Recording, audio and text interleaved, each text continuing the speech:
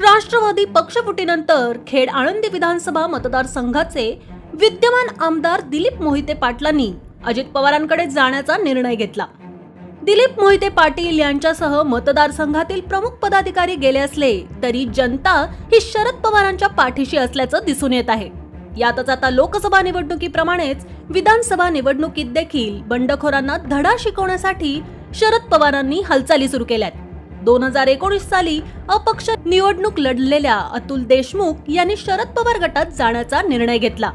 अतुल देशमुख यांच्या रूपाने मोहिते पाटलांच्या विरोधात शरद पवारांना तगडा उमेदवार मिळाला असल्याची चर्चा सध्या राजकीय वर्तुळात सुरू झाली आहे। त्यामुळे शरद पवार आता दिलीप मोहिते पाटलांचाही विधानसभेत गेम करणार का अशी चर्चा सुरू झाली आहे। लोकसभा निवडणुकीत शरद पवारांचे 10 पैकी तब्बल 8 उमेदवार निवडून आलेत।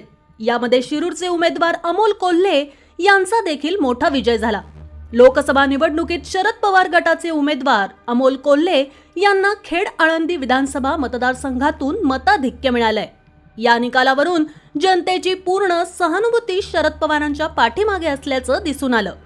यातच आता काही महिन्यानंतर विधानसभा निवडणूक होऊ घातली आहे।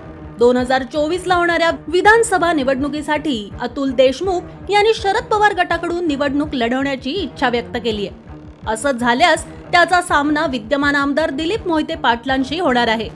यातच 2019 साली झालेल्या विधानसभा निवडणुकीत अतुल देशमुख यांनी अपक्ष निवडणूक लढवली होती। यावेळी मोहिते पाटलांना तब्बल 96,000 तर दुसऱ्या क्रमांकावर असलेल्या शिवसेनेचे माजी आमदार स्वर्गीय सुरेश गोरे यांना 63,000 तर अतुल देशमुख यांना तिसऱ्या क्रमांकाची 53,000 मतं पडली होती। यावेळी अतुल देशमुख यांना शरद पवारांची साथ मिळणार आहे। महाविकास आघाडीत खेड आळंदी मतदारसंघातून ठाकरे गटाचे बाबाजी काळे यांनी देखील विधानसभेची तयारी सुरू केली आहे।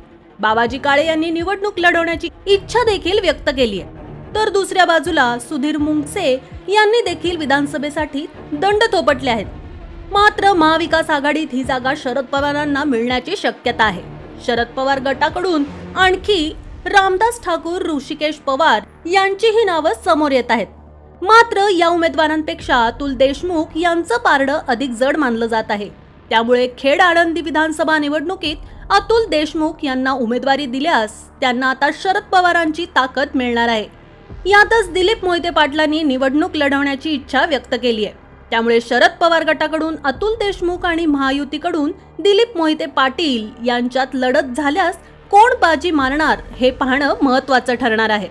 तुम्हाला या व्हिडिओबद्दल काय वाटतं ते कमेंट करून नक्कीच सांगा आणि अशाच व्हिडिओसाठी आमच्या पॉलिटिकल महाराष्ट्र पेजला लाईक करा, फॉलो करा। धन्यवाद।